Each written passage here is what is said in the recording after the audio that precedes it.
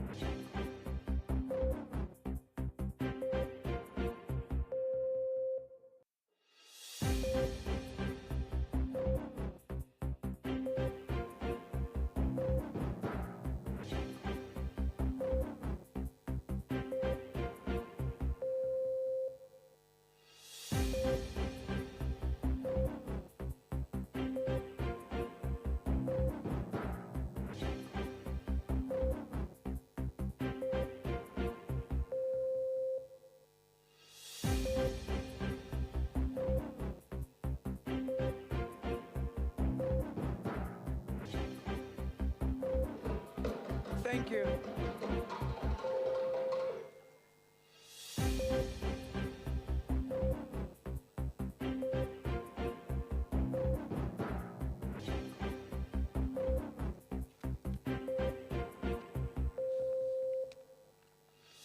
I see an EFF caucus happening.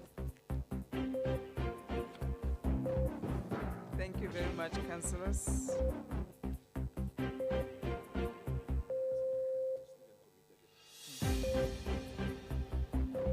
We are still in an in-committee. I'm going to request that we switch off the camera.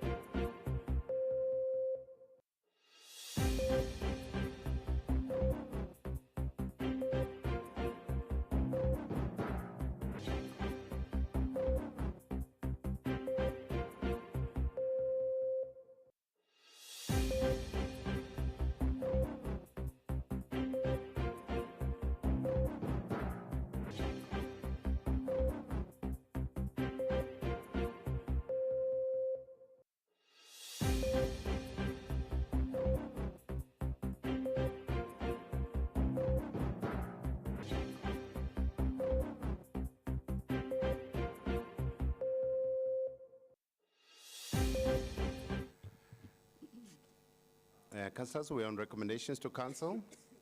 Item 1 is a performance assessment report for the Community Development Department for the 2022-23 financial year.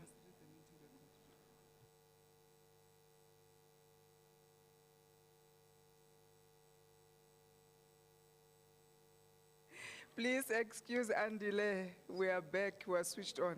I hope this is the sign the whips are noting to talk and agree on the next items. Thank you.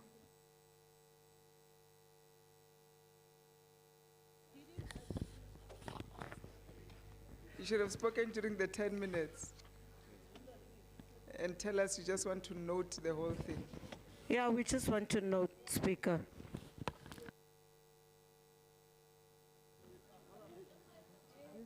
Thank you, councillors. We're going to read the in-committee resolutions into record. I have the reports. Do you have them?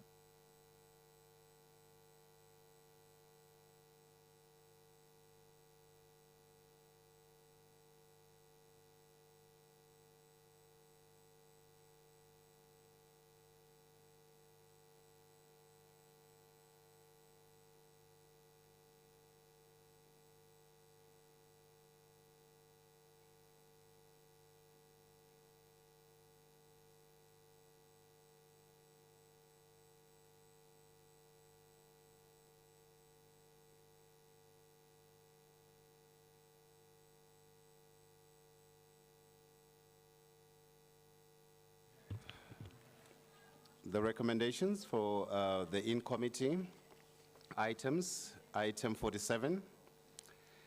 It recommends that the Municipal Council notes this report and its attachments is submitted in terms of Section 61 of the Municipal Systems Act. And secondly, notes the Regulation 36, subsection 1B of Municipal Supply Chain Management Regulations, and sub-delegation 38.1 of the Delegation of Authority authorized the city manager to rectify the DOA contravention by the HOD of the public safety. And subsection 1, dismiss the false and manufactured allegation in the ENS report that the former acting city manager was not legally authorized to rectify the contravention of the DOA by the HOD of the public safety as a corrective action. Subsection 2, dismiss the false and manufactured allegations in the ENS report that the contravention of the DOA by the HOD of public safety was not rectified on account that the former acting city manager was not legally authorized to rectify them. And subsection 3, that rescinds the resolution of 26th April 2022, which authorized an investigation against the HOD of Public Safety and acting city manager as they did not commit an irregularity by signing the rectification report as a corrective action. In subsection 4, rescinds its resolution of 31st August 2022 on the authorization of a corrective action against the HOD of Public Safety because the rectification of his conduct by the acting city manager is in itself a competent corrective action in law. Subsection 5 reconfirms its resolution of the 22nd February 2023 to authorize the rescindment of its resolution of the 10th of August 2022 to re-advertise the position of the city manager based on false vetting claims that the allegations and findings of the ENS in the screening report of the acting city manager prevented his appointment. Subsection 6 reconfirms its resolution of the 23rd February 2023 to authorize the appointment of the former acting city manager as a city manager after he was cleared by the report of the MSJ from the false and manufactured allegations in the ENS reports. And recommendation 3 authorizes an appropriate action be taken against Mr. D. Scott and ENS attorneys for manufacturing false allegations or findings against senior managers, and for the latter to benefit financially from a questionable and unauthorized investigation. Recommendation 4 authorizes an appropriate action to be taken against Mr. Atlas and MJS attorneys for contravening legislation and resolutions of council by implementing a fronting procurement arrangement on behalf of Councillor Palatse to financially benefit Nexus.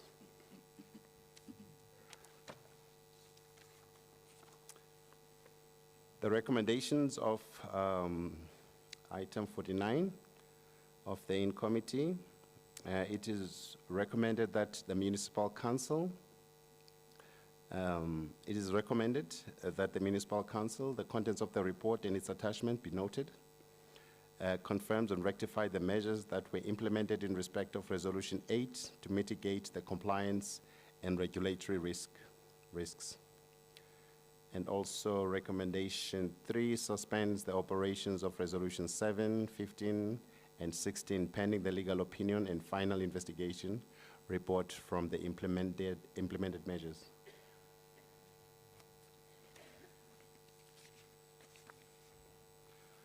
Recommendations of item 15. It is recommended that the municipal council, firstly, that the report and its attachment is submitted in terms of Section 61 of the Municipal Systems Act be noted. Recommendation 2, considers the attached legal opinion and contents of this report and approves that a special and independent investigation committee be established to investigate and conduct integrate and conduct investigations on GFIS-related allegations in these terms.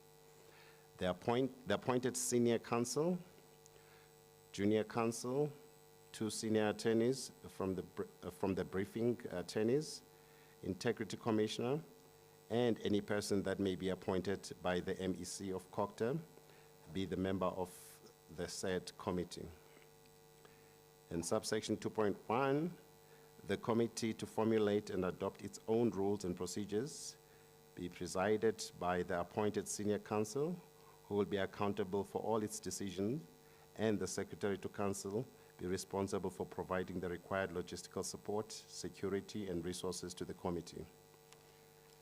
Subsection 2.3, the MEC for COCTA be requested to assume the role of oversight and appeal authority of the investigation as the Speaker of Council, Executive Mayor, and City Manager are complainants and/or witness of this investigation. And 2.4, the Senior Counsel shall be accountable for all proceedings of the committee and for submission of final investigation report by the 31st of October 2023 to the Speaker of Council and the Office of the MEC for COCTA. And the third recommendation authorizes the acting group head of legal services to provide legal support and infrastructure that may be needed by witnesses for the purpose of collecting, giving, documenting, and submitting evidence during the proceedings.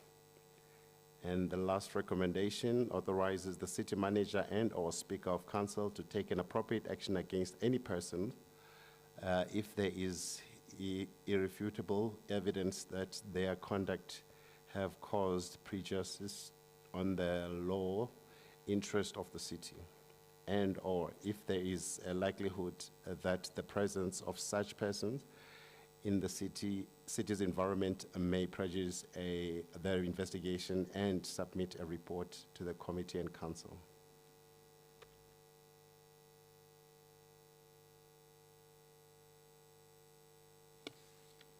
Thank you very much.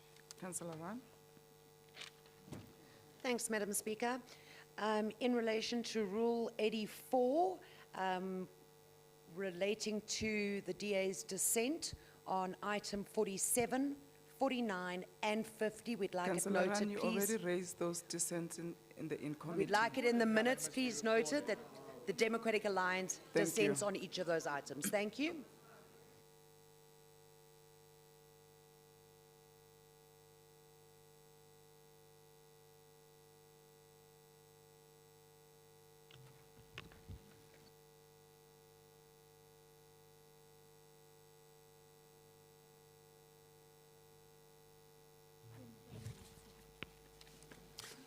Councillors, we're back to recommendations to council. And the first item is a performance assessment report for the Community Development Department for the 2022-23 financial year for the period January to March 2023. Read together with item 2, which is a performance assessment report for the Joburg City Theatre for the 2022-23 financial year for the period January to March 2023. Also read with item 3, which is a performance assessment report for the Joburg City Parks and Zoo for the 2022-23 financial year for the period January to March 2023. Also lastly read with item 44, which is an oversight report of the Section 79 Community Development Committee on the 2022-23 third quarter performance assessment report of the Department of Community Development, Joburg City Theatres, and Joburg City Parks and Zoo for period January to March 2023. Sorry.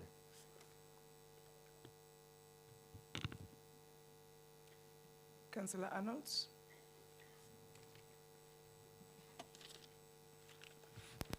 Thank you, Speaker. I first of all want to start off with asking or saying that WIPS was supposed to meet and ask that we read this into record and then we just note these reports. But it seems like now we are going to be talking on these, and when we ask, no, I'm not talking to anybody on the other side.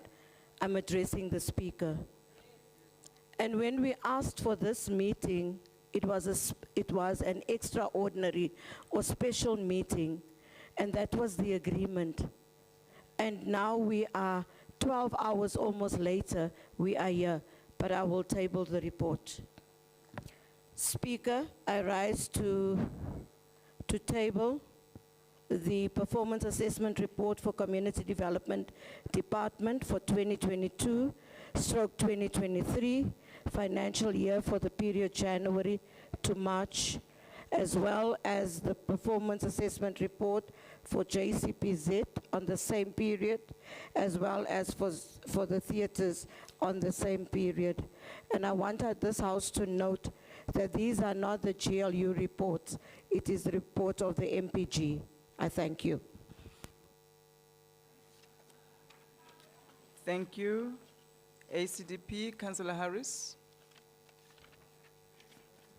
Good evening, Madam Speaker, the Mayor, MMCs, councillors. The ACDP notes the report. Thank you. DA, Councillor Sifumba.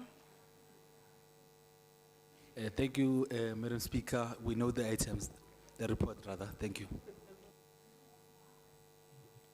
Thank you. PA. Good evening, Speaker. Apologies. We noted the report. Thank you, Councillor Simmons. Councillor Sifumba, I had called you, you didn't rise. Thank you. You know, I'm tempted to say send to back to sender to Councillor Xuma, because I rose and then he spoke before I had a chance to speak. Madam Speaker, I rise to note the report. Thank you.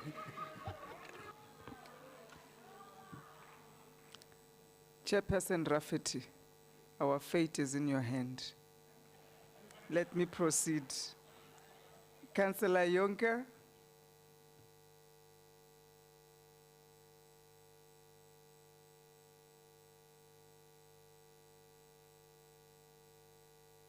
Councillor Sifumba.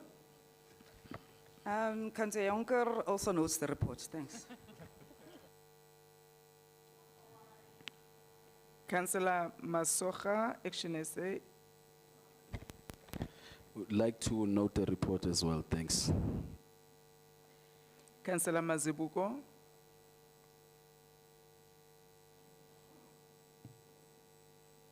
DA, Councillor Mazibuko.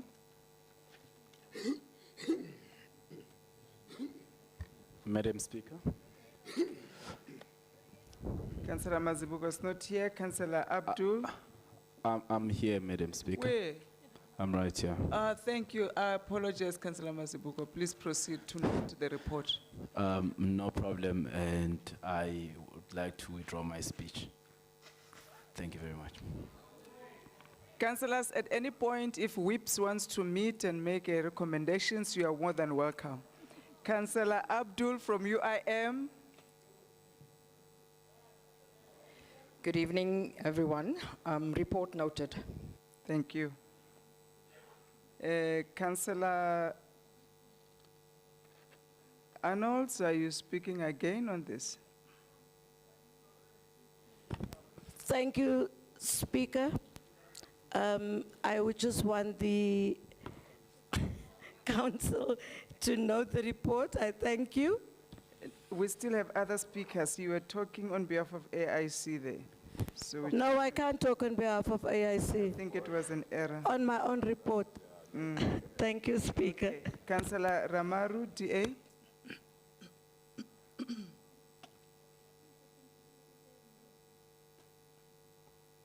Councillor Ramaru? No. Councillor Kuma, ANC. Bese ngisukumile eSomlomo. Nganothi report, thanks.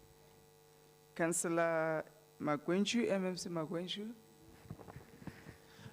Thank you, Speaker. I note the report. Thanks. Councillor Mulife, EFF.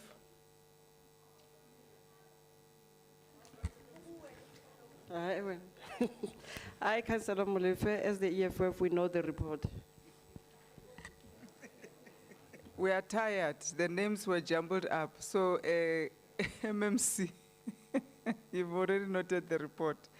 Thank you very much. Councillors, Councillor Arnolds, can you please close the debate of noting?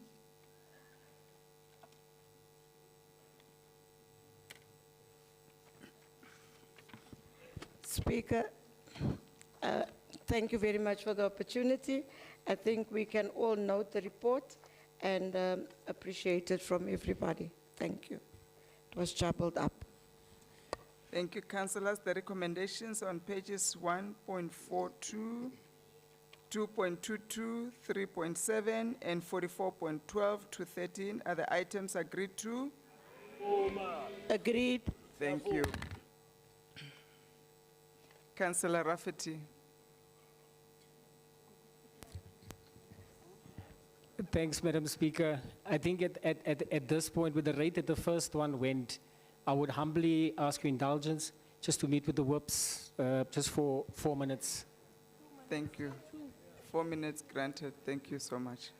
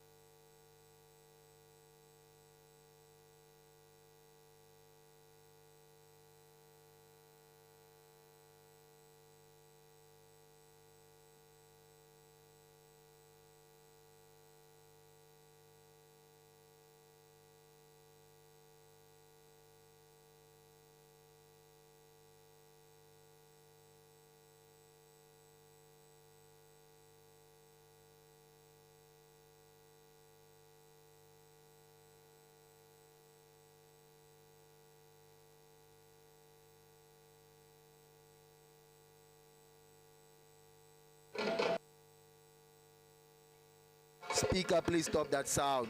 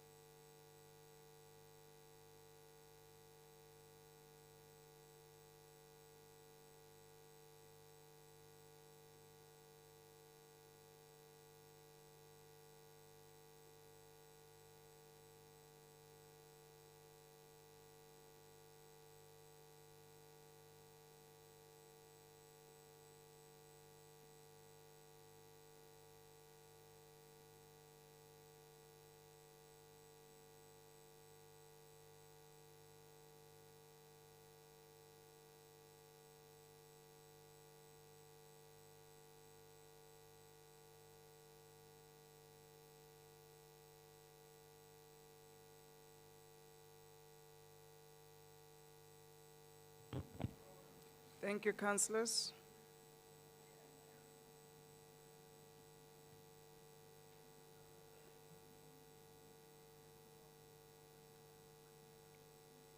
Thank you, councillors. You can take your seat. Would like to proceed?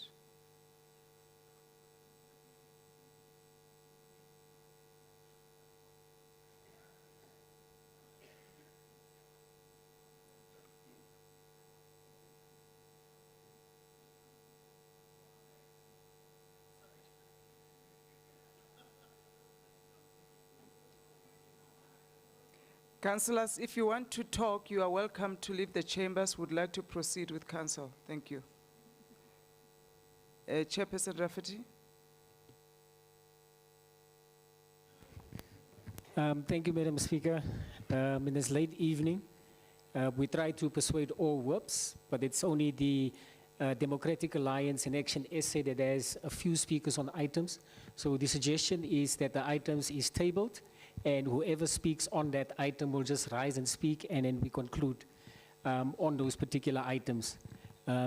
Councillor Knott is already ready there with the speakers list, the revised speakers list of those that will be speaking, so that will assist us in dealing speedily with all the items, because we don't want to stifle debate in council. Thank you.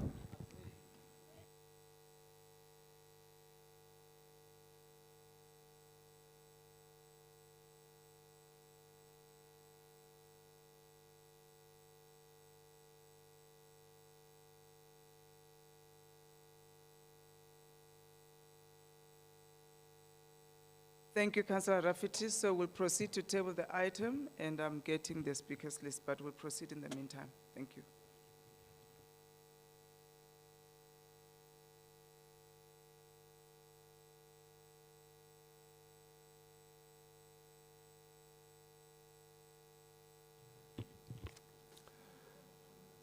Item 4, councillors, is a performance assessment report for the Group Corporate and Shared Services Department for the 2022-23 financial year for the period January to March 2023.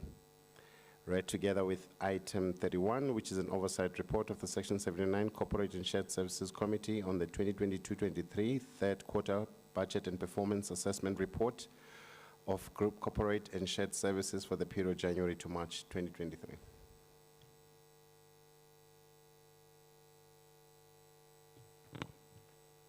We can have the member in charge table in the meantime. Councillor Rapadu, thank you.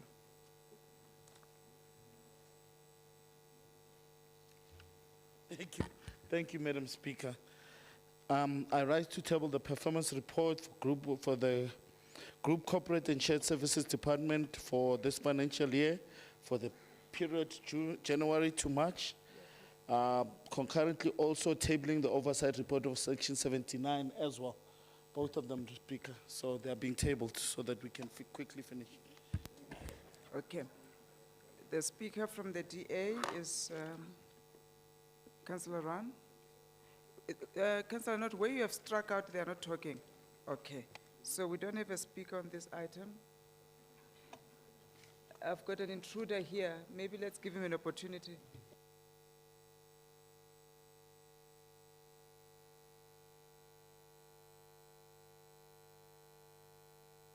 All right, Action SA, they're gonna be talking only on this item, the rest they will not be talking. Councillor Liebenberg, you're the only speaker on this. Please proceed.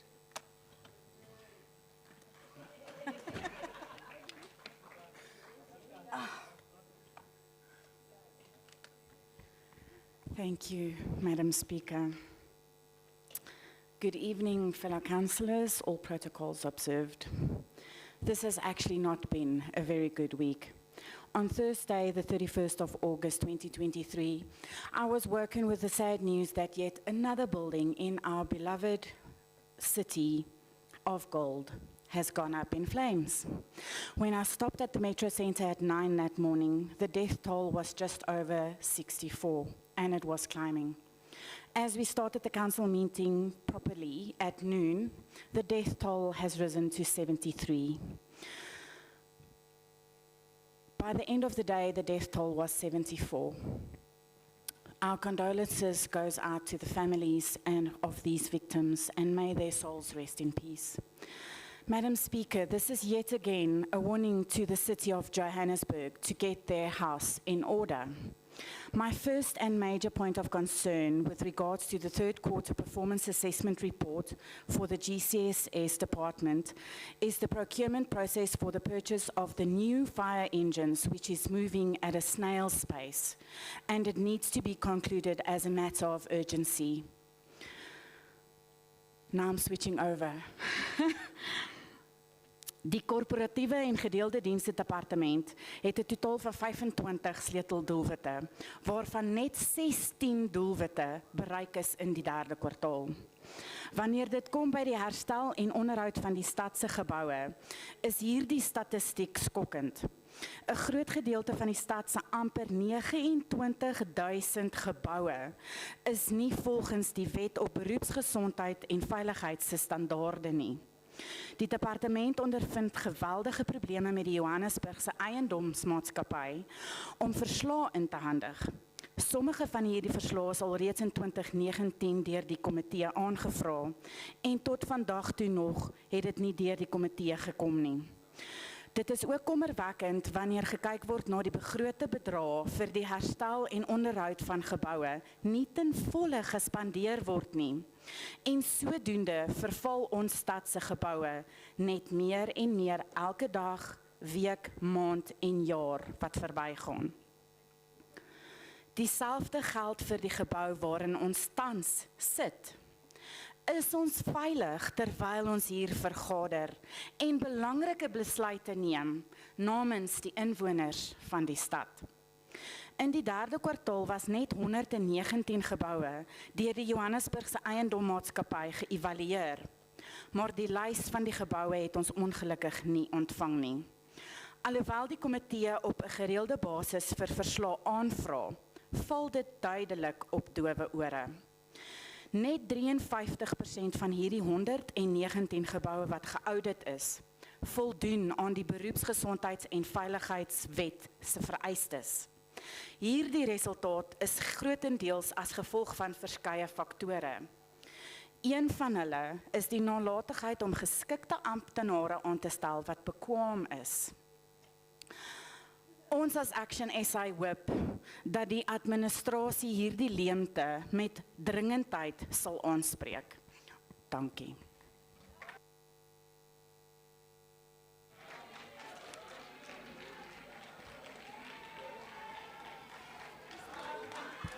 Thank you, Dankie vir die councillors. nuusberigting.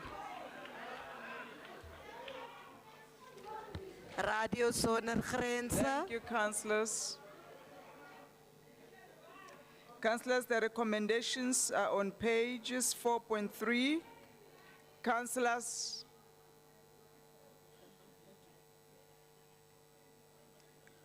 the recommendations are on pages 4.3 and 30. Member in charge, thank you.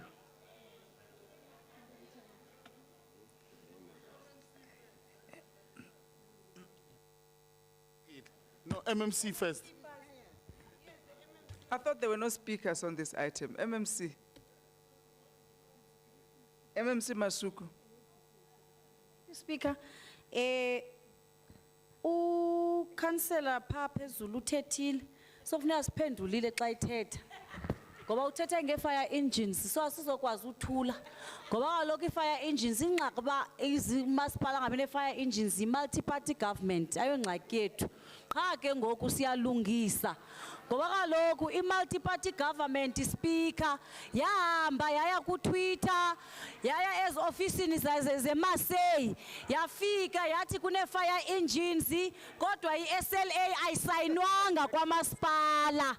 So ke ngoku i-multi-party government must be able to accept ukuthi unfortunately the city is suffering because of premature announcements that were done. Premature announcements that actually contravene the procurement and SLA processes of the city. So the multi-party government is the reason, Councillor, through you speaker, we don't have fire engines. However, there is a process internally that is being done. Siyaqhubekeka sumasipala siyalungisa naleyo, back to the sender.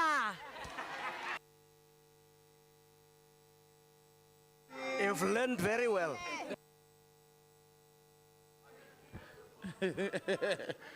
No, we'll try to be fair. Speaker, thank you, Speaker. Noting the comments and observations in the report, we move for the adoption and approval of the report. Thank you very much.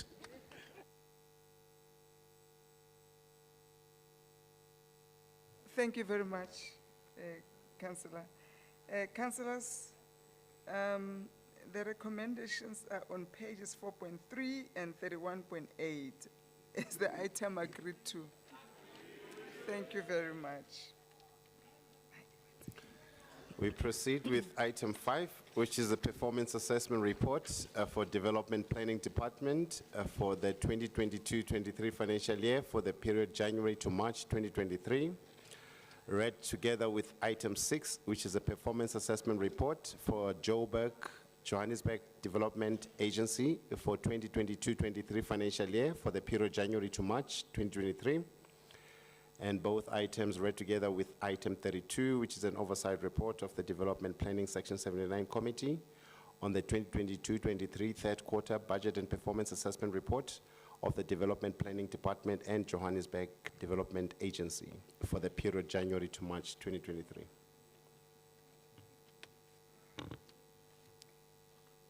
Member in charge, Councillor Kaldin. Ekbaiza Nux. Thank you, Speaker.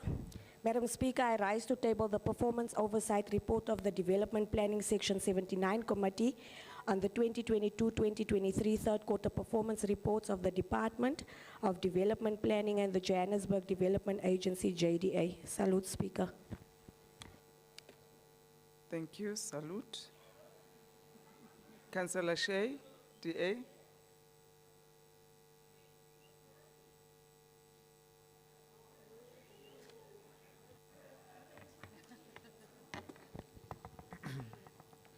Good evening, Speaker, my colleagues in the DA, and to the other parties who are signatories to the historic multi-party charter agreement.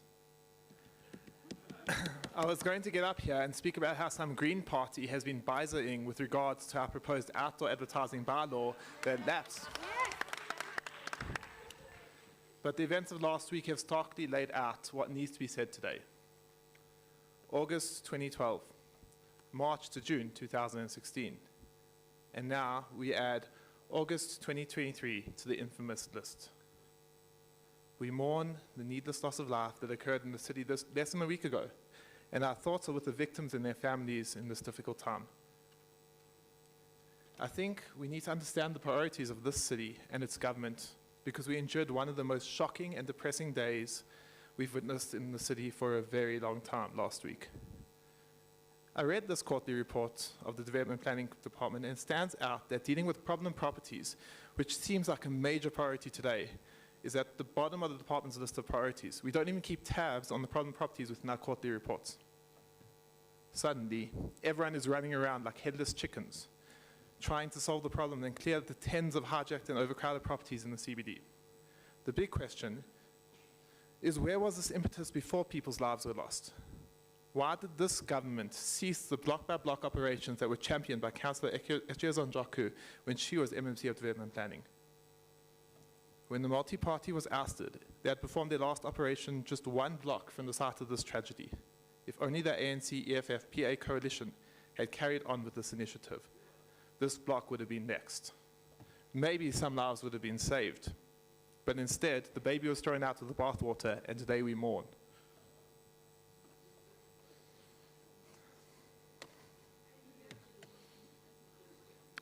There are those who would like to blame JPC for this tragedy. And as much as I believe, if I asked the CEO of JPC to come house at my own home for a weekend, I'd fully expect to come back to find it hijacked, missing windows and doors, and with a different gang of criminals renting out every room. Because it feels that is the standard way that JPC has mismanaged our city's properties under her tenure. It will be entirely disingenuous, though, to blame JPC entirely for what has happened after the building got hijacked, although they do bear some responsibility. So the next question is, why is the city not implementing its own problem property bylaw to deal with dangerously overcrowded buildings not suitable for human habitation? I believe the answer is that our officials are inadequately trained on the application of the bylaw in conjunction with a lack of political will, but furthermore they are hamstrung by national legislation, meaning the task of having a building declared a problem property is extremely onerous, costly, and the chances of success are slim. We have seen politicians blaming NGOs for preventing evictions, but those NGOs don't work in a vacuum. They litigate within a legal framework, and they do it successfully. You see, there is a piece of legislation that the DA has been fighting to be amended for years, the Prevention of Illegal Eviction Act. Now, if the ANC was serious about dealing with the issues of problem properties, they would have petitioned their colleagues in national government to amend the PI Act years ago. But alas, they haven't.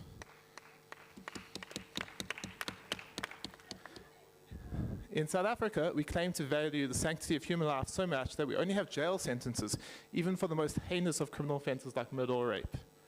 Except, through the PI Act, we have prescribed one crime that is punishable by death, and that crime is the crime of being poor. Eli Kamarov once said, "Poverty is like a punishment for a crime you didn't commit." It appears that in South Africa we weren't satisfied that this remained a simile, and have literally criminalized poverty. The PI Act enables criminals to exploit the poorest of the poor and charge them for having the privilege of sleeping in literal death traps, while the authorities are unable to assist because the burden created by the requirements of the Act have become unaffordable and impractical for government and private sector alike. It cannot be accepted that being poor can be punishable by death, and accordingly we need to amend the PI Act now.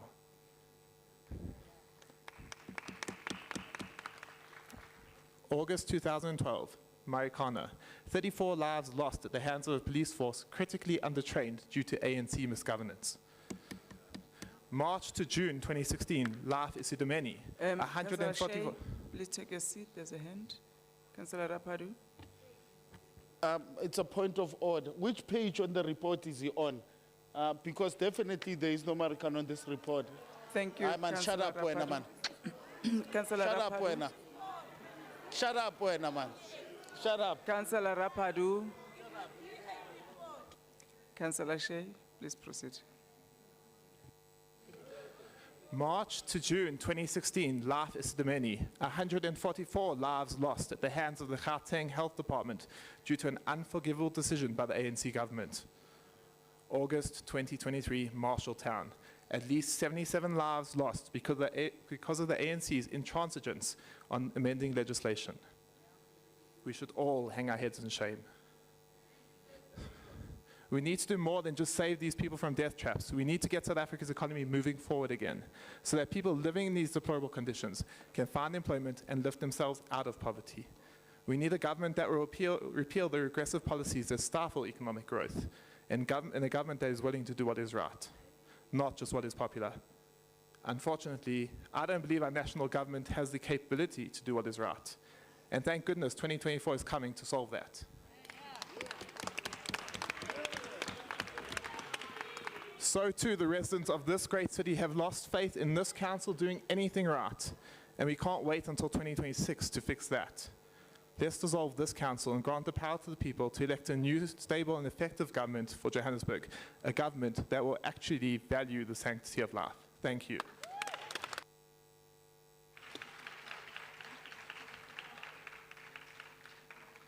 MMC Mgcina.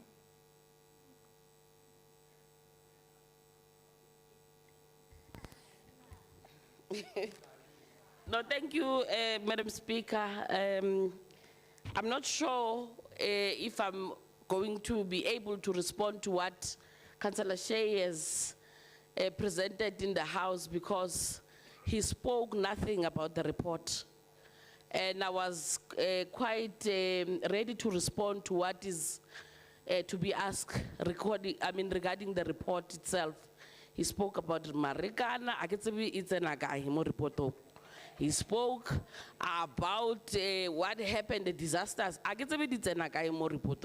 So, Councillor Shea, let's rather focus on the report. I know and I've realized that even in the last Section 79 meeting, you like raising issues that are outside of reports. You must refrain from that. You need to focus on what we are all about and not really raise issues that are outside of the reports. It's not helping us to do our work. Please sit down. Thank you, Madam Speaker. Thank you. Thank you. Councillor Etches Njoku. Madam Speaker, I'm raising a point of order on the MMC. She's supposed to respond. She can't dictate how people Councillor Etches debate in Njoku, this please house. sit down. She's out of order. Please sit down, Councillor Etches Njoku. Thank you, councillors. Councillors. Thank you. We have caucus. Councillors, we don't have to like her response. She's responding. MMC Mgcina, please proceed. As I close my response, I want to say to Councillor Shane, we'll meet in the ballot paper next year. And rest assured, the African National Congress will come out in numbers. Thank you.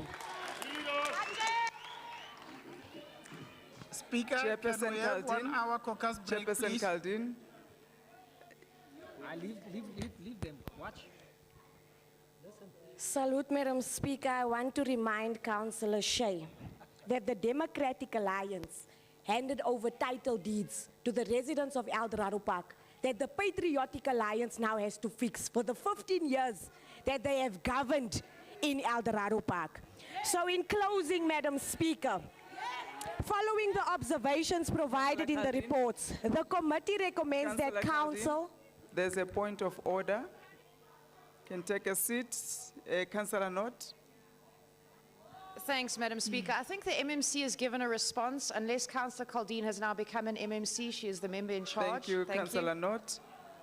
Councillor Kaldin, you're welcome to speak on your... Thank you, Madam Speaker. I am the incoming MMC.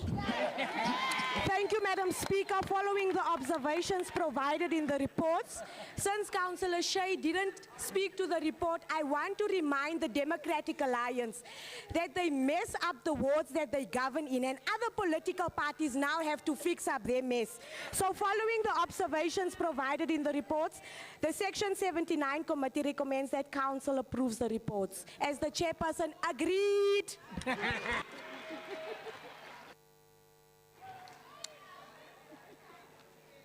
Thank you, Councillor Kaldin. The recommendations are on pages 5.4, 6.5, and 32.9 to 32.10. Are the items agreed to? Thank you.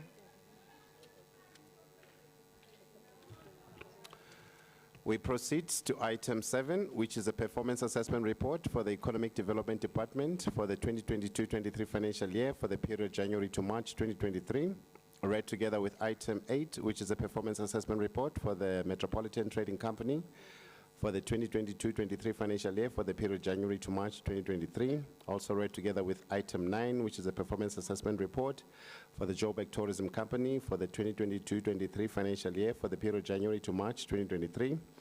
Also read with item 10, which is a performance assessment report for the Joburg Property Company for the 2022-23 financial year for the period January to March 2023.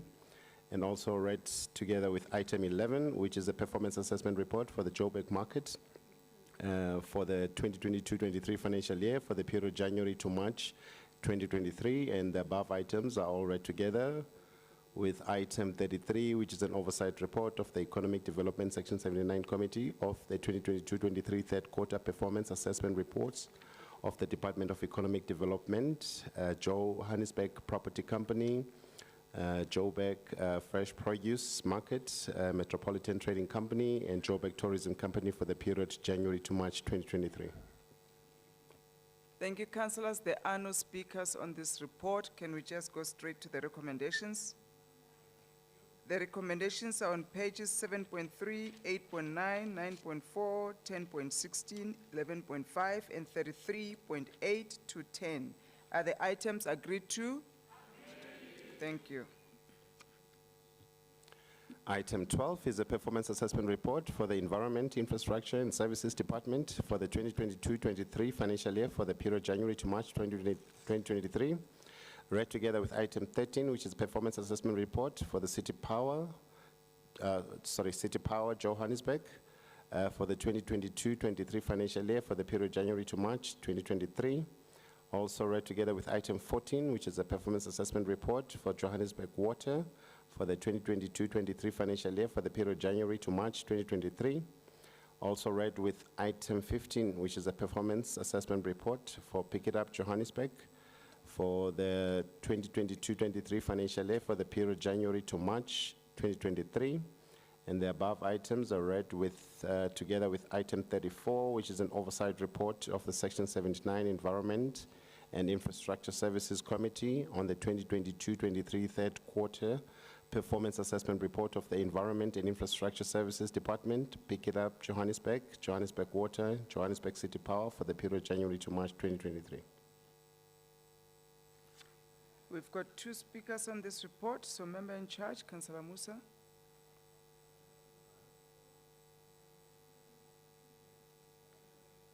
Is not here. Any member of the committee can table the report.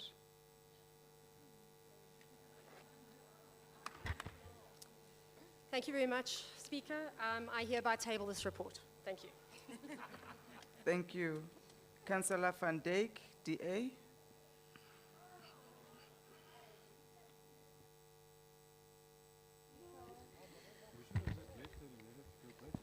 Thank you, everyone. Ladies and gentlemen, Madam Speaker, fellow councillors, all protocol observed. I rise before you today to address the crucial matters highlighted within agenda items 13 and 14. In the year 2018, the mother city of Cape Town averted the dreaded Day Zero, a crisis that was skillfully averted through diligent and proficient planning by the DA. But dear colleagues, can we claim the same level of readiness for the city of Johannesburg under the leadership of Government of Local Unity? As an impending El Nino looms on the horizon, bringing with it a period of drought, we must inquire whether our city stands ready to conserve water in the face of adversity. Alas, we are confronted with numerous pipe bursts that the city is not prepared to fix. It's a crisis it cannot manage. Instead, abating the water scarcity challenge, the city's negligence aggravates it, permitting water bursts to go unchecked for days. Citizens, please, whether voiced through emails, phone calls at the call center that's never answered, or social media, are met with a deafening silence from the city's authorities. This unsettling trend prompts us to ponder if the city truly cares for its residents. No, it does not. Reflecting on the performance of Joburg Water during this period under review, a mere 12.83 kilometers of water pipes were replaced, falling short of the meager annual target of 28 kilometers. Is it any wonder then that pipes continue to burst? Many of the pipes currently in place date back to the 1980s, barely any upgrades done in the last 30 years, and repairs being done on patchwork basis, repairs that are completely inadequate in the face of inevitable wear and tear. The city's approach seems to favor temporary solutions, evidenced by the recurrent bursts that plague the city repeatedly. Does the city care for its residents? No, it does not. Should Joburg Water raise the rightful budgetary constraints as a reason for its shortcomings? This is in the report. Let us not forget that this predicament is further exacerbated by outstanding debts. The ANC's national and provincial government departments owe the city a staggering sum of 678 million rand, casting a shadow over the city's dedication to its residents as they go and cut off, Granny's account for a meager sum of 1,000 rand. Does the city care for its residents? No, it does not. Turning our attention to the realm of city power, the state of affairs within the city of Johannesburg is just as grim, particularly when it comes to the burden of load shedding imposed by Eskom, a state-owned entity that continuously subjects our city to an onslaught of load shedding, stage 6. Today, our minister is dancing to the sounds of stage 6. This deluge of power outages reveals a distressing truth. Our grid, long neglected in terms of infrastructure upgrades, buckles under the weight of these disruptions. Throughout these periods of load shedding, City Power admits its inability to safeguard its vulnerable network from syndicates that ransack substations, leaving them mere shells devoid of any light. The ramifications of this issue extend beyond the inconvenience of power loss. They translate into significant financial losses. Over the past year, we've endured 317 days of load shedding, causing City Power to lose a staggering 986 gigawatts of unserved energy and an estimated revenue shortfall of 2.5 billion rand. This grim, dark reality underscores the failures of the national government and the local government in Johannesburg in their inability to shield the city from the impact of load shedding. While some may argue that the progress has been made, this is not caring for your city. Does this government care for its city? No, it does not. I'm sorry I couldn't finish my speech.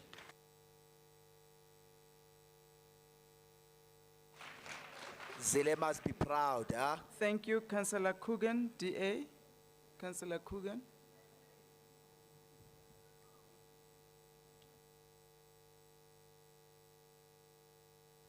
Thank you, Chair. I rise to talk on the environment and infrastructure and pick it up third quarterly reports, all protocol observed. In our Constitution under the Bill of Rights, under Clause 24, everyone has the right to an environment that is not harmful to their health or well-being, to an environment that is protected for the benefit of present and future generations, to prevent pollution and ecological degradation, and to promote conservation. Yet on the ground, we don't practice this, as we prioritize our short-term election cycles and succumb to immediate financial pressures and shortfalls within our current budget. I am now in my 8th year in council on the EISD committee, and I've yet to see an improvement in certain major indicators in the various sectors that our environment falls under. And my concerns are as follows. Our waterways, rivers and dams are awash with sewage that originates from hundreds of wastewater treatment sewage spillages every quarter. This quarter, 538. Last quarter, 533. This does not even take into account the ongoing dumping, leakages and sewer blockages from numerous riverside informal settlements and hijacked buildings. There is bioremediation technology available that can clean dams, rivers, sewage pipe blockages, and allow our wastewater treatment works to function without continually having spillages. This process does not require electricity, and so will not be subject to the vagaries of cable theft and load shedding. Yet there is huge resistance to converting to this technology, largely due to vested interest and cumbersome and selective procurement processes. What is concerning is that water sampling, which stopped during COVID, has now been resumed, and yet no reports on our E. coli and dissolved oxygen levels along with other criteria are being released. Our biodiversity assessment and the development of the COJ biodiversity spatial map and the conservation of critical priority areas has also been cancelled due to budget constraints, which means areas with critical biodiversity are again being lost to development. The implementation of the Stormwater Design Manual, which serves to promote sustainable urban drainage systems, reduce damage to the receiving environment, and reduce flood risks, has also been postponed yet again due to budgetary basing. Recycling of waste is again at an all-time low this quarter, with 2 years of zero green waste recycling and 1.04% of construction rubble. Yet this could be utilized by the private sector to generate jobs. We should have rubble sites in every region that can be easy to access, and yet we have yet to acquire, lease, or have a public-private partnership for crushes, so the construction rubble can be processed and utilized for other purposes. So the consequence of the lack of convenient facilities means that rubble is left in every region, and it has immense costs on our environment as industrial scale dumping has occurred next to our rivers and in our open spaces. So in addition, Pick It Up is having to pay to remove the rubble and other illegal dumping from open land and street corners across the city. And our cleanliness levels are only at level 3. So in this quarter alone, we've had over 61,000 tons of illegal dumping removed from over 9,000 spots in this quarter alone. We need to increase the fines. We need to impound the vehicles. 10 seconds. We need to revisit our priorities and analyze both the risks and losses we're incurring due to our short-term thinking. Our governance has to change from this downward trajectory. Thank you. MMC Masuku.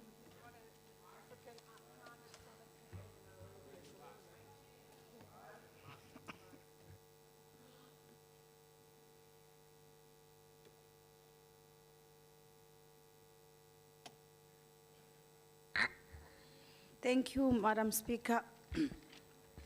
Madam Speaker, it is indeed true that our grid is overloaded, but that is because after 1994, the government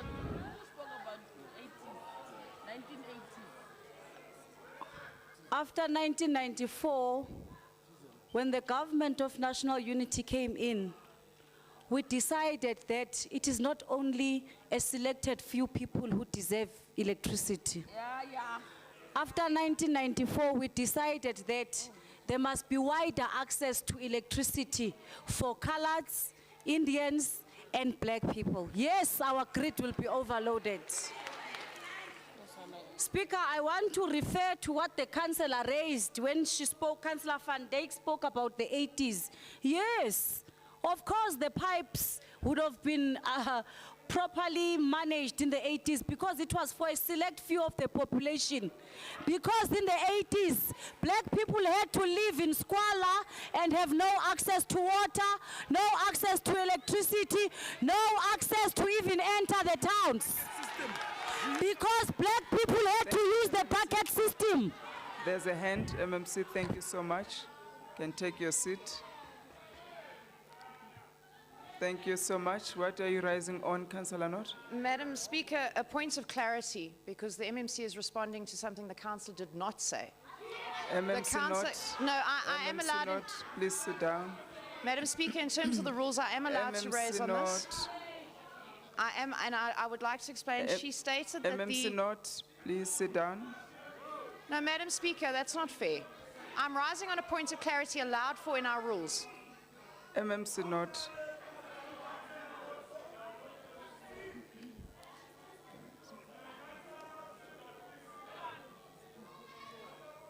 No. Councillors, please. MMC Nott, there's no point of clarity there. Please, sit down. MMC can debate in a manner that she wishes to debate. She has not flouted any rule, and she will proceed to debate. We are not going to take that point of clarity.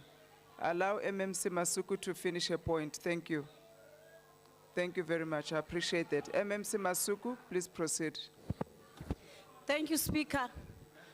And according to the rules, if indeed there is a councillor who spoke and feels I was misquoting, they should have risen on a point of explanation. So I'm not sure why the other councillor is a spokesperson of another councillor. In any case, as I proceed, I was saying, post-1994, the ANC government, together with other political parties in the government of national unity, saw it fit that everybody deserves electricity. Yes, Speaker, our grid will be overloaded. MMC, there's another hand. Councillor Van Dijk.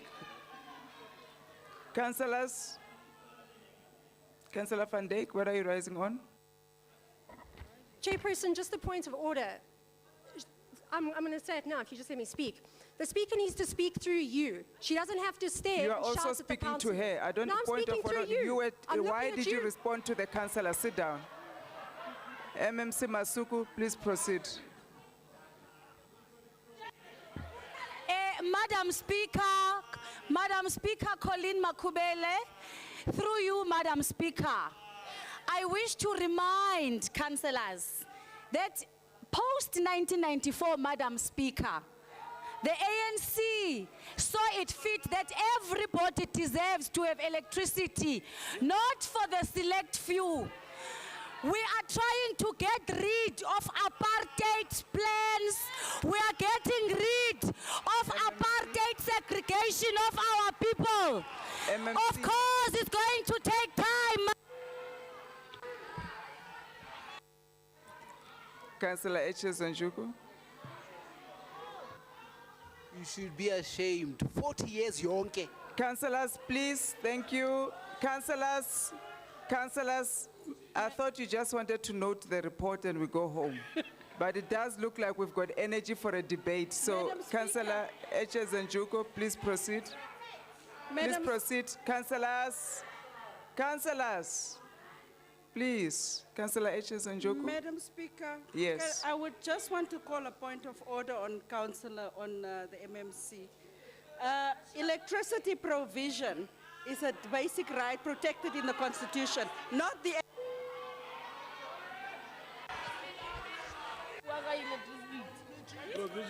MMC, please proceed. MMC Masuku.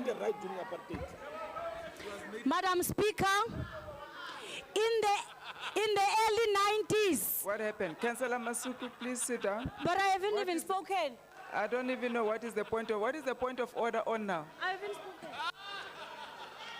Madam Speaker, can I please call a point of order? Can I ask you to call a point of order on Councillor Mhlongo? He's told me I was in Nigeria at that time. He must provide the evidence. The same thing that we're doing here. You are out of order. You are out of order. You are xenophobic and out of order and disgraceful.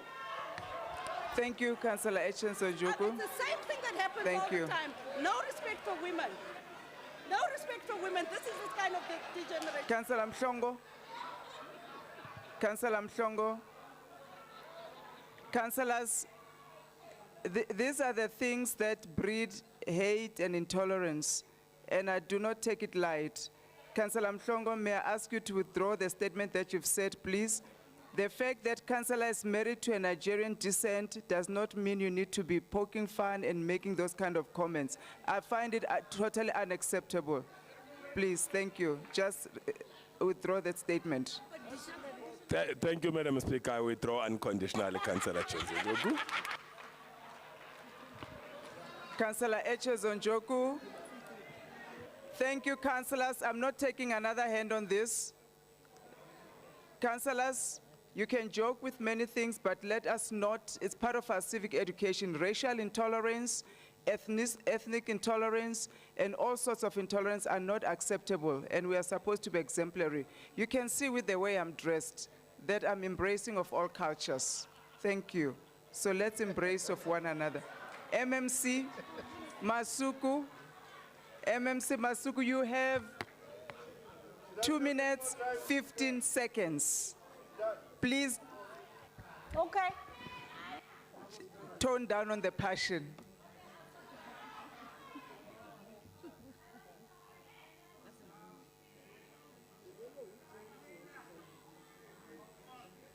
Please switch off your mics. Whoever has the mic on, switch it off. Thank you. Madam Speaker. Yes. Before 1994, 36% of the population had access to electricity. 12% of the rural population had access to electricity. I want to tell you now, access to electricity is 86.15% because of political parties who understand that black, white, colored Indians must have the same access to electricity like even those who had it before. So yes, our grid will be overloaded. Yes, there will be challenges. But President Ramaphosa has made it very clear. Speaker, protect me, please. Protect me from the howlers. Okay. Protect me from the howlers. MMC, you don't look like you need protection. Thank you. Okay. Thank you, councillors. Chairperson Rafferty. Chairperson Rafferty, thank you so much. Councillors. Chairperson Rafferty, please proceed. Thank you, Madam Speaker. As you rightfully indicated, we are not here to tell people how to debate. But I think our tolerance in terms of when a speaker is on the floor, the howling and everything else is not helping anyone. So I'm pleading with all councillors, let's stop and allow the speakers that's on the ground, on the floor, to please speak so we can all hear what is happening. Your howling does not help anyone. Thank you, Chairperson. MMC Kunene.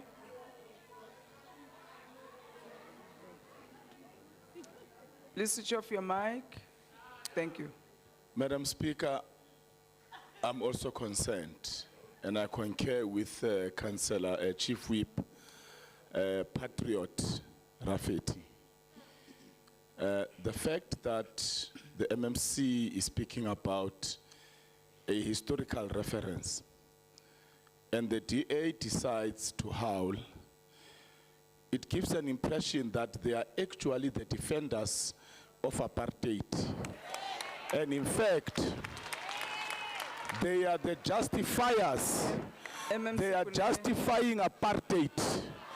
It's a historical reference. MMC Kunene, please sit down. There's a hand. In fact, councillors, I don't want to have another debate on top of another debate. I gave MMC Kunene an opportunity because I thought you were raising a point of order. So I'm just going to allow one last hand and we're going to go back to MMC Masuku. Councillor Echenzonjuko. Madam Speaker, it is this type of behavior that is causing racial intolerance. I would like to call a point of order because apartheid did not cause non-maintenance of infrastructure in this country. You should have provided for those people. Thank you. For the people that we are providing for. Thank you, councillors. Apartheid did not cause that. Councillors, I'm not even sure what you are on about. Whether apartheid caused infrastructure or not, it is not even the subject of your debate. MMC Masuku, please proceed in the manner in which you wish to debate. I'm just asking for you to tone down the passion so we can conclude. Speaker, I never knew so late in the evening people can even change and become maroon in a council meeting, but in the meeting they were not maroon. But we are not there. The point of the matter is, people must not catch feelings when we make historical references. People must not catch feelings when we make a point, Speaker, and say that, yes, our infrastructure will be overloaded because more people have access now. More people have got access to what ordinarily we wouldn't have access to. More people. But manini ngola, sanungola. MMC, proceed. It is a fact that cannot be disputed. And I am responding to the points that were raised by the councillors. And I am saying, President Ramaphosa is attending to the issues. There is money that has been set aside as it relates to the infrastructure. Thank you, MMC. Councillor Van Dijk.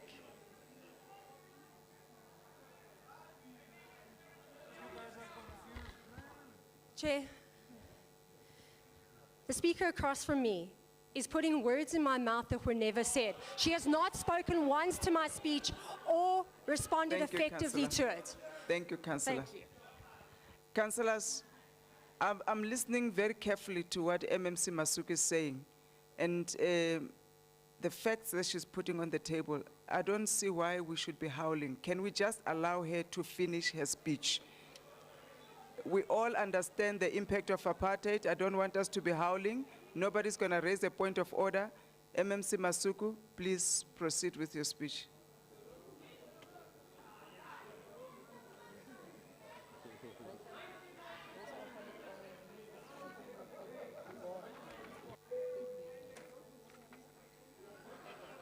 Please switch off your mic, Councillor Van Dijk, if you have it on. Who has, oh, there you go. In conclusion, Speaker, I want us to always remember services must be accessed by all. And I know sometimes transformation and change is painful, but people must accept that there are different phases in any revolution. And it will take time to undo. Firstly, there were issues here, some Jan van Riebeeck who arrived and took our land. Secondly, we had to deal with apartheid. Now that we are free, we are going to deal with these issues. And we are not going to allow to be bullied by people who don't want to accept that our people also deserve services. Yes, it's going to take time, but we are surely going to get there. You can never reverse 300 years of apartheid in 30 years. It can never happen in any revolution.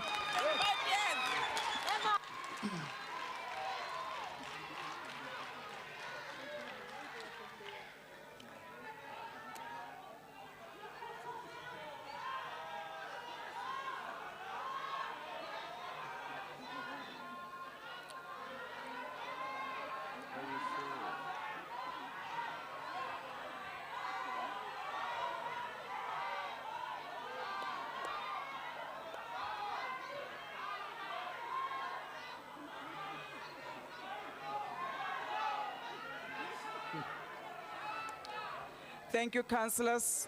Thank you. Councillors, thank you very much. Councillor Van Dijk, you tabled the report. Can you close the debate? Thank you.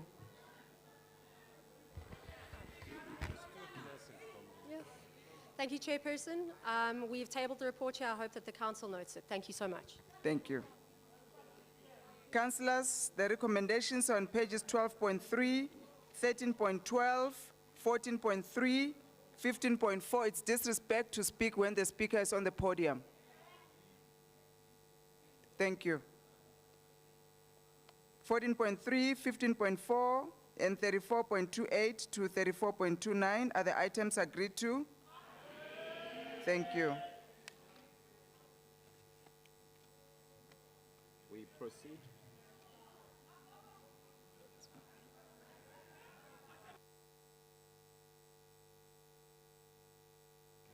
This one. Please switch off your microphones. We proceed with item 16, which is a performance assessment report for the Group Finance Department for the 2022-23 financial year for the period January to March 2023. Read together with item 17, which is a performance assessment report for the Group Information Communication Technology Department for the 2022-23 financial year for the period January to March 2023. And both items are read together with item 35, which is an oversight report of the Section 79 Finance Committee on the 2022-23 third quarter performance assessment report of the Group Finance Department and Group Information Communication Technology Department for the period January to March 2023. Councillors, we do not have speakers on this item, so I will go straight to the recommendations. The recommendations on pages 16.4, 17.2, and 35.8 are the items agreed to. Thank you.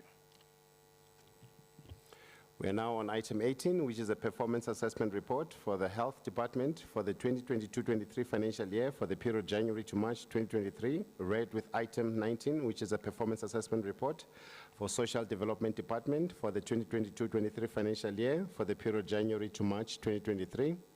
And both items are read together with item 36, which is an oversight report of the Section 79 Health and Social Development Committee on the 2022-23 third quarter budget and performance assessment report of Health Department and Social Development Department for the period January to March 2023.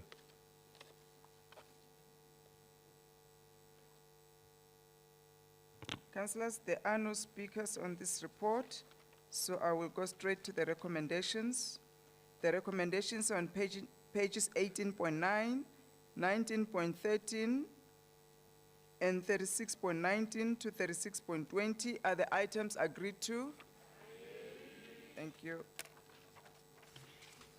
On item 20, which is a performance assessment report for the Human Settlement Department for the 2022-23 financial year for the period January to March 2023, read together with item 21, which is a performance assessment report for the Johannesburg Social Housing Company for the 2022-23 financial year for the period January to March 2023.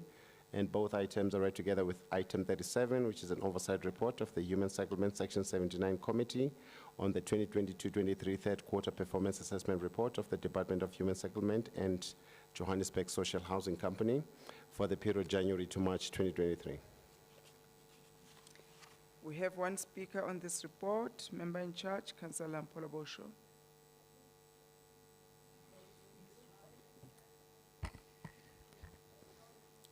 Thank you very much, Madam Speaker.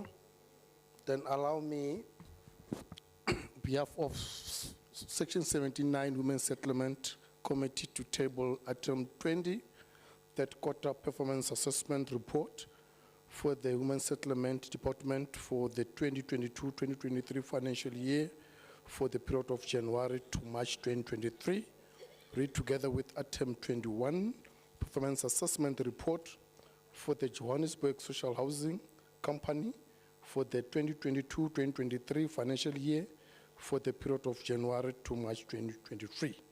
And also go to read together with item 37, which is oversight report for the Women's Settlement Section 79 Committee on the 2022-2023, the third quarter performance assessment report of the Department of Women's Settlement and Johannesburg Social Housing Company, JOSCO, for the period of January to March 2023. I thank you, Madam Speaker. Thank you. Councillor Brand, DA.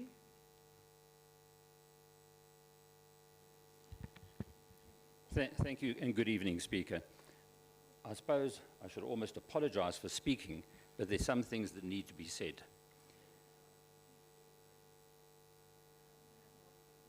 Speaker, it's become commonplace for councillors to use historical quotations from politicians to add gravitas to their speeches, and I would like to join that group by using the words of the often unpopular Margaret Thatcher in describing problems faced by an institution during her time that fits JOSCO today, and that is that they have run out of other people's money. It is a disgrace that once a former forerunner in the social housing sector has been allowed to crumble to the point where JOSCO is no longer self-sufficient and, in their own words, are no longer able to generate sufficient income to cover their costs. JOSCO is insolvent and with their liabilities far exceeding their assets. Rent collection from social housing is at a low of 55%. Some 240 million of the arrears, which is only part of the arrears, has been handed over to debt collectors, who in this quarter collected 2.1% of the total arrears handed to them. Simple arithmetic will show that at this rate, it will take some 12 years to collect the arrears. Talk about flogging a dead horse and a bad idea. JOSCO is unable to meet any of the normally acceptable financial ratios, and I must highlight that their cost recovery ratio stands at minus 400 days. In layman's terms, this equates to the fact that JOSCO has been unable to pay their own way for more than a year. JOSCO's own comments on the performance in the development of housing units reads terribly poorly, with comments such as project suspended, recovery plan being developed with contractor, site is closed due to no non-payment, and lastly, the only sensible statement comes from a contractor whose project is at a standstill and is unwilling to return to site for fear that he won't be paid. At the same time as this, Joshko has been downgraded by the SHRA, the regulatory authority, due to non-compliance. The result of this is that Joshko is no longer able to receive the grant administered by the SHRA, and that grant, importantly, makes up to 70% of the capital cost of a social housing unit. While this report is based on the third quarter of their financial year, it is also the first quarter of a 5-year turnaround plan, one in a series of plans that Joshko develops each year, and the following year it collapses and is replanned. This plan is premised on Joshko being able to break even at the end of 5 years by following 4 steps. The first of these is increasing the overall rent collection to only 80%. So we see this Joshko in 5 years' time only be able to collect 80% of the rental. They're going to reduce the inflated staff complement. They have some 650 staff members. And the first step in doing this is that they're going to employ 4 new executives. Yeah, I know it's confusing. The cost saving and reduction in planned maintenance. They're already not maintaining their buildings, and they're now planning to spend even less in it. And they're going to require a grant from the city of some 800 million. So, after the first quarter of this new plan of theirs, how are things going? Well, I'm sure you could see where this is going. It's going badly. The 800 million they'll need over 5 years equates to 160 million per year. In this quarter, they've made a loss of 200 million. Once again, simple arithmetic. If they continue like this, the grant that they need over 5 years, they would have dispensed with in under a year. So how do the directors who carry the responsibility of guiding Joshko through this respond to these problems? In a 3-page report by the chairman of the board of directors, it talks about good leadership. It paints a picture of sailing a ship on clear waters through icebergs. Not quite sure the relevance of it.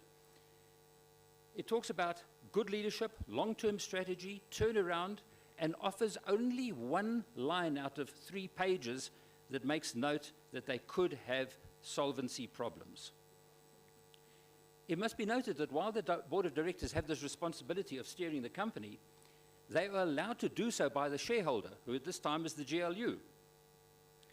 Speaker, through you, I must draw the attention of the board of directors to section 22 of the Companies Act, which clearly spells out the statutory duty of these directors in dealing with Joshko's insolvency.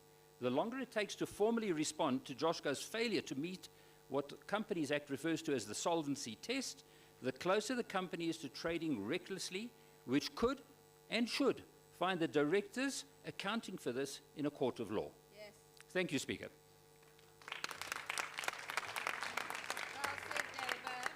Thank you very much. MMC Leach.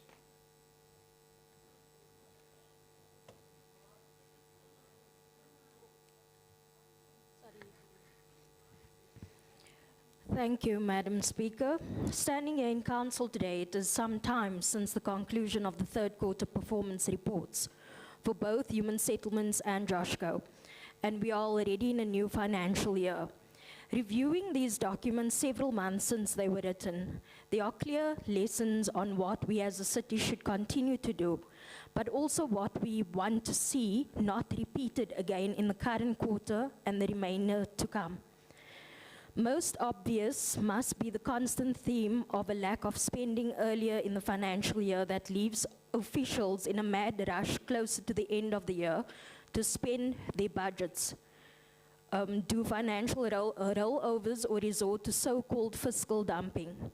I have made it clear that I want to see a more even-handed approach to service delivery and capital expenditure. In particular, the lion's share of the Human Settlements budget is and must be directed towards CapEx. We need to reduce the backlog of the delivery of new housing projects, but should also be more proactive in planned maintenance and the repair of decades-old buildings that we are still responsible for. At Human Settlements, we know we are collecting on only a fraction of the units that tenants should be paying rental to council for. The reasons are well known, since the units are often old, poorly maintained, and/or residents cannot or are claiming not to be able to afford their rent anymore. Along the way, there has been a move to transfer flats to the occupants through sectional title deeds, but that alone does not address the issue of securing homes for our residents, since they are still expected to organize themselves into body corporates and manage their own maintenance needs. The recent news headlines of an inner city building being consumed by fire and claiming the lives of 77 people, among many more survivors, underline the point that the work of the Human Settlements Department and Joshko is nothing less than a matter of life and death, and it is one that requires our dedication and rededication. Our mega projects such as Lufring has not delivered as yet to the scale of the need that faces us. However, I was proud to be part of the handover of 64 PNG units with Joshko in Lufring during the quarter. Joshko's positioning as a large-scale provider of social, affordable and student housing can be part of leapfrogging the city towards providing the kind of affordable housing in places closer to work, business, educational opportunities for our residents. During the quarter in question, I launched the Joshko campaign of handing over one new building every month so that hundreds of social housing applicants can be rehomed in dignity with regularity. This program has enjoyed so much success that it is now regularly attended by the Minister and MSC of Human Settlements, who have claimed it as their own. I don't blame them, since it is a Johannesburg-led project that shows the success that can be achieved when integrating our work with a subsidy provided by national government through the Social Housing Regularity Authority. We know from Joshko's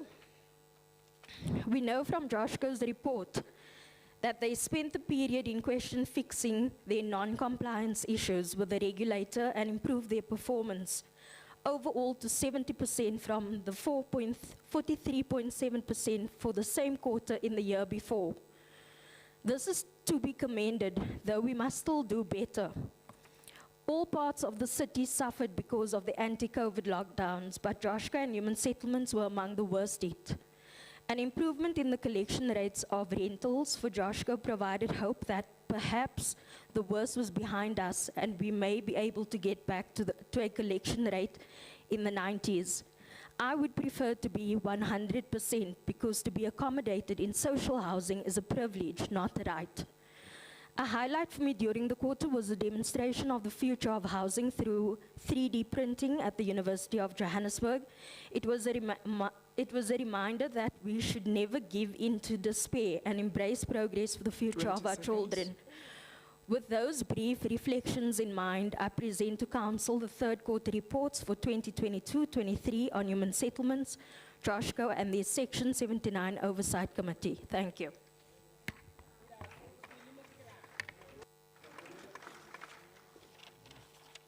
Thank you. Chairperson Paula Bosch.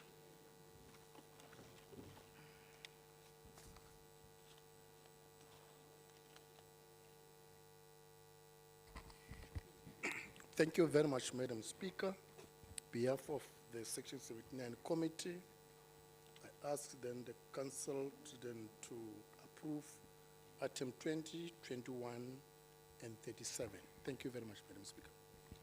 Thank you. The recommendations on pages 20.2, 21.4, and 37.9 are the items agreed to. Thank you. We proceed to item 22, which is a performance assessment report for Public Safety Department for the 2022-23 financial year for the period January to March 2023. Read together with item 38, which is an oversight report of the Section 79 Public Safety Committee of the on the 2022-23 third quarter performance report of the Department of Public Safety for the period January to March 2023. Thank you, councillors. There are no speakers on this report. I'll go straight to the recommendations. The recommendations on pages 22.14 and 38.4 are the items agreed to. Thank you. Now on item 23, which is a performance assessment report for Transport Department for the 2022-23 financial year for the period January to March 2023. Read together with item 24, which is a performance assessment report for the Johannesburg Roads Agency for the 2022-23 financial year for the period January to March 2023. And also read together with item 25, which is a performance assessment report for the Johannesburg Metropolitan Bus Services for the 2022-23 financial year for the period January to March 2023.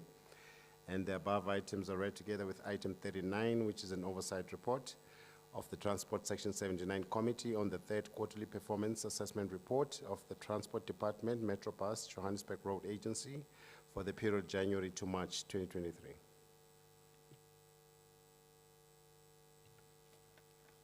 Councillors, there are no speakers on this report. I will go straight to the recommendations. The recommendations on pages 23.2, 24.11, 25.5, and 39.18 to 39.19 are the items agreed to. Thank you. We're now on item 26, which is a performance assessment report for the Office of the City Manager for the 2022-23 financial year for the period July to September 2022.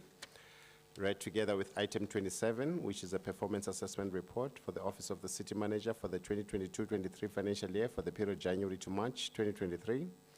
Also read together with item 40, which is an oversight report of the Governance Section 79 Committee on the first quarter performance assessment report of the Office of the Chief Operating Officer, Office of the City Manager, Group Strategy Policy Coordination and Relations, Group Governance, Citizens Relations and Urban Management, Group Communications and Marketing, Group Legal and Contracts, Group Risk and Assurance Services, Group Forensic and Investigation Services for the period July to September 2022. And the above items are read together with item 41, which is an oversight report of the Governance Section 79 Committee on the third quarter performance assessment report of the Office of the Chief Operations Officer, Office of the City Manager, Group Strategy Policy Coordination and Relations, Group Governance, Citizen Relations and Urban Management, Group Communication and Marketing, Group Legal and Contracts, Group Risk and Assurance Services, and Group Forensic and Investigation Services for the period January to March 2023. We have one speaker on this report. Therefore, Councillor Nontenja, you will table the report.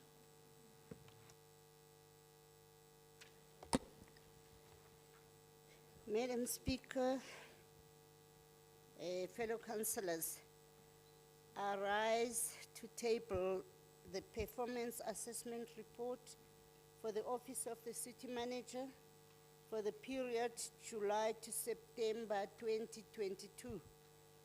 The performance assessment report for the City Manager for the period January to March 2023. The oversight report of the Governance Section 79 Committee for the first quarter and the oversight report of the Governance Section 79 Committee for the third quarter for consideration by Council. Thank you. Thank you, Councillor Ran. Thanks, Madam Chair. I'll try and keep this short this evening. I know we're all tired. But there are two main points that I do need to point out here, please. I need to point out that we have a severe situation going on regarding reporting coming to the committee that needs to get dealt with. It seems very much that this committee is thought of as like an afterthought. That may very well be due to the lack of attendance by the city manager and himself. So the 2 points that I need to note. The first one is that we are tabling quarter one. That's, yes, quarter one, as in July and September 2022. That's the point I need to say. And then my second point is that in the last sitting, we finally did get attendance from the city manager, whose committee he actually reports to on this, at which point, only after demanding that he actually attends to come and account for certain reports and oversight on this committee. I have to note, though, that he was pulled out of a ComDev meeting because he felt that the ComDev meeting was more important than the governance committee meeting. So, but shouldn't be surprised, that's how we're sitting at the moment. So those were the 2 points that I need to note, and I need to bring to legislature's attention that this needs to be addressed because it is dysfunctional at the moment. Thank you, Madam Speaker.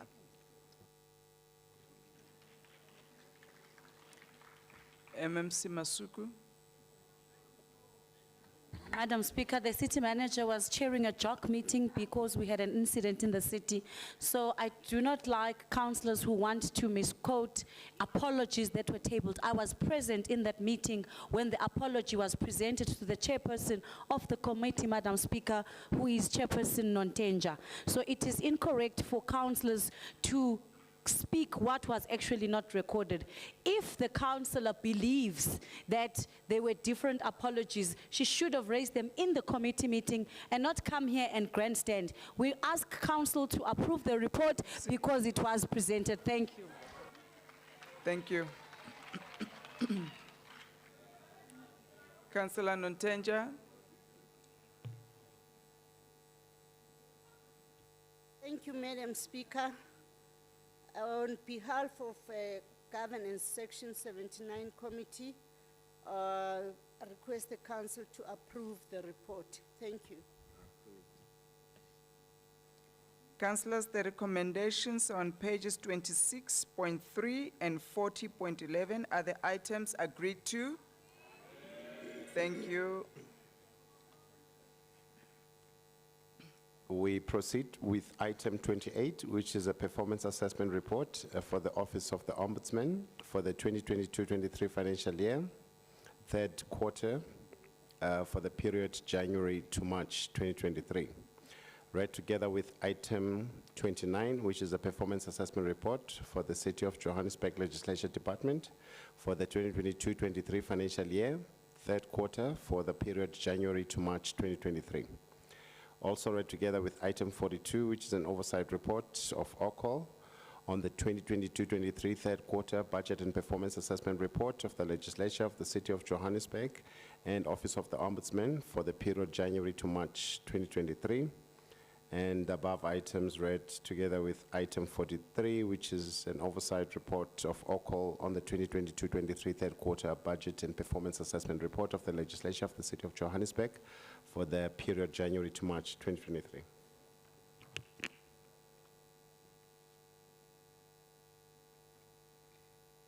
Thank you, councillors. There are no speakers on this report. The recommendations are on pages 28.3 and 42.6 are the items agreed to.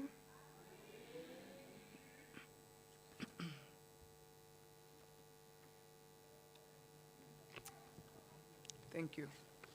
Lastly, we look at item 30, which is the third quarter report on the oversight activities of the Section 79 Petitions Standing Committee for the period January to March 2023. The recommendations for the other reports. Councillors, before tabling the next report, the recommendations for item 29 and 43 are on pages 29.7 and 43.10 are the items agreed to. Thank you. I've missed that. The last item, 13, is a third quarter report on the oversight activities of the Section 79 Petition Standing Committee for the period January to March 2023. There are no speakers on this report and the report is for noting. Can we note the report? Thank you, councillors.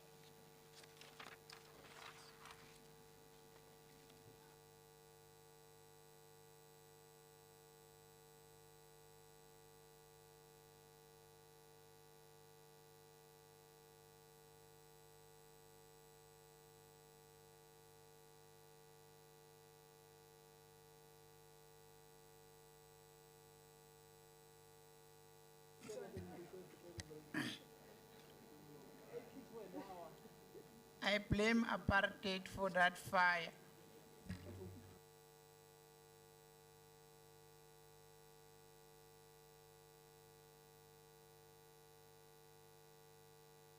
Thank you, councillors. We've come to the end of our agenda. There are no announcements. I would like to thank you very much for the work that has been put through. I've noted you, MMC Kunene. Before you leave, I have not yet adjourned. I would like MMC Kunene to raise this point. Thank you. Thank you very much, Madam Speaker. There was a gas leak that happened. There was fire, and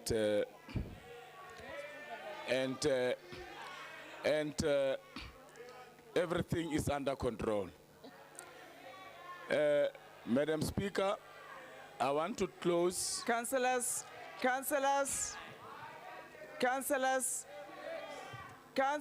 please. Can we stop howling? The mayor can delegate whoever he wishes to take up any responsibility. MMC Kunene. The mayor addressed the media outside. After we were briefed, the city manager also addressed the media.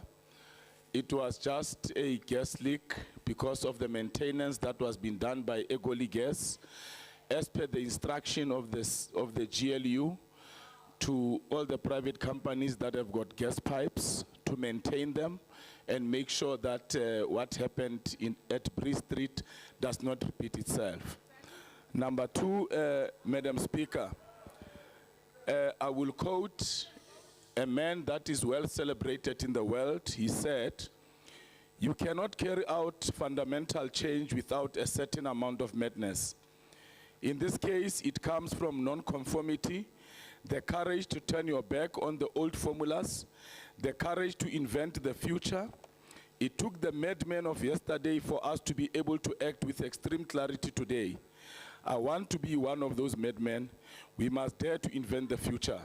That is why myself and the MMC of Public Safety have become madmen who save the lives of our people by declaring war on hijacked buildings without any fear or favor. Thank you. NGO or no NGO, court or no court, we are saving the lives of our people. Salute on Spaisani.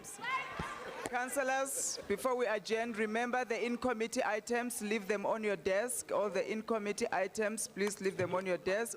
Have a safe journey home. Thank you very much. The meeting is adjourned. God bless you. God bless the city. Thomas Sankara. Oh, Nyansi must be mad. I quoted Thomas Sankara.